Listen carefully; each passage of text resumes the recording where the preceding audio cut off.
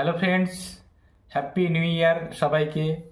2025 আপনারা প্রত্যেকেই ভালো থাকুন, সুস্থ থাকুন, কারণ 2025 সালে ভালো কিছু ঘটতে চলেছে প্রত্যেকের জীবনে।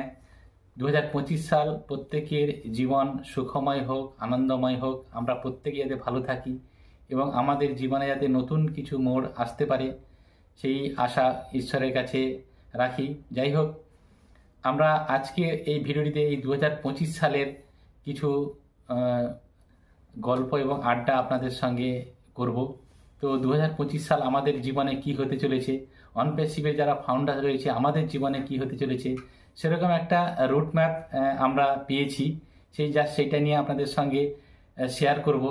তো এই মুহূর্তে অনেকেই বলছেন যে অনপ্যাসিভ যে আমাদের ইন্ডিয়াতে যে আমাদের অফিস রয়েছে সেটা কতটা লিগ্যাল এবং ইন্ডিয়াতে আমাদের অনপ্যাসিভের রেজিস্ট্রেশন রয়েছে কিনা বা আদার্স কান্ট্রিতে রেজিস্ট্রেশন রয়েছে কিনা, এটা নিয়ে অনেকেই জিজ্ঞেস করছেন বা অনেক ইউটিউবাররাও বলছেন যে ইন্ডিয়াতে যে অফিস রয়েছে, ইন্ডিয়াতে বিজনেস করার জন্য কোনো পারমিশন নিয়েছে কিনা বা রেজিস্ট্রেশন করেছে কিনা, এটা নিয়ে অনেকের মনের মধ্যে ডাউট রয়েছে। তো সেই ডাউটটা জাস্ট আপনাদের সঙ্গে ক্লিয়ার করব যে ইন্ডিয়াতে বিজনেস করতে হলে, কোনো কোম্পানি ইন্ডিয়াতে যদি বিজনেস করতে হয়, আপনারা জানেন বা অনেকে হয়তো জানেন না যে এমসিএর কাছে রেজিস্ট্রেশন করতে হয়।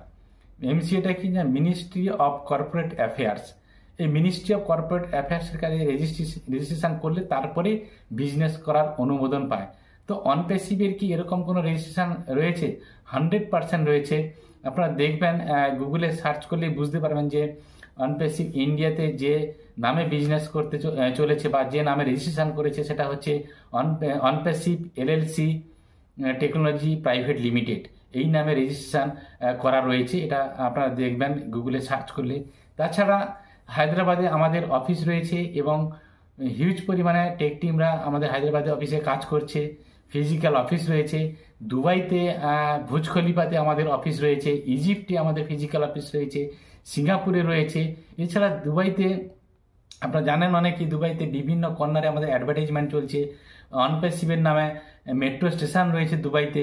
এগুলো কিন্তু খুব একটা খারাপ ব্যাপার নয় অনপ্যাসিভের কাছে। বা লিগ্যালিটির দিক থেকে যদি আমরা বিচার করি, দুবাই গভর্নমেন্ট কিন্তু এমনি পারমিশন দেয়নি যে দুবাইয়ের বুকে অ্যাডভার্টাইজমেন্ট করার জন্য বা অনপ্যাসিভের নামে মেট্রো স্টেশন করার জন্য, বা বুর্জ খলিফাতে যে আমাদের অফিস রয়েছে, ইজিপ্টে অফিস রয়েছে, আদার্স অন্যান্য কান্ট্রিতেও অফিস কাজকর্ম চলেছে এবং সিঙ্গাপুরেও রয়েছে, যেটা আমরা আমাদের অনপ্যাসিভ সাইট যখন ওপেন ছিল তখন আমরা দেখেছি।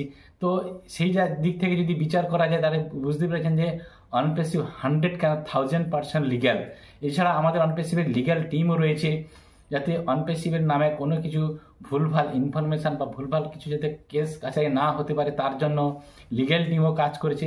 ইতিমধ্যে আপনারা জানেন যে অনেকের কানে এসেছে যে অনপ্যাসিভ কেস কাছারির মধ্যে চলছে, অনেকে কেস করেছে, অনেক পুরনো এমপ্লয়ি আমাদের এখান থেকে বেরিয়ে গেছে বা কিছু ফাউন্ডার্স আমাদের এখান থেকে বেরিয়ে গিয়ে কেস করেছে। সেখান থেকেও স্যার লাস্ট বলেছেন যে ইউএসএ সিকিউরিটি এক্সচেঞ্জের বোর্ডের কাছে আমরা বৈধ, এটাও প্রমাণ করে দিয়েছে।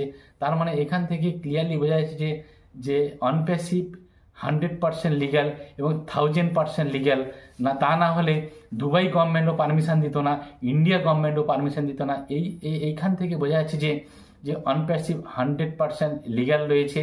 এছাড়া এই 2025 সালে আমাদের জীবনে কি ঘটতে চলেছে প্রত্যেকেই বুঝতে পেরেছেন যে 2024 সাল আমাদের কাছে খুব কঠিন সময় গেছে এবং 2025 সাল আমাদের কাছে খুব ভালো সময় আসছে। কারণ কি, স্যার দারুণভাবে সিস্টেমটাকে রেডি করে নিয়েছে এবং যে পরিস্থিতি গেছে স্যারের সঙ্গে বা যে বাধা বিপত্তি এসেছিল এই 2024 সালে স্যারের সঙ্গে হয়েছে, তো সেগুলোকে কাটিয়ে উঠে স্যার এখন দারুণ একটা জায়গা তৈরি করে নিয়েছে এবং খুব তাড়াতাড়ি আমরা কমার্শিয়াল হতে চলেছি।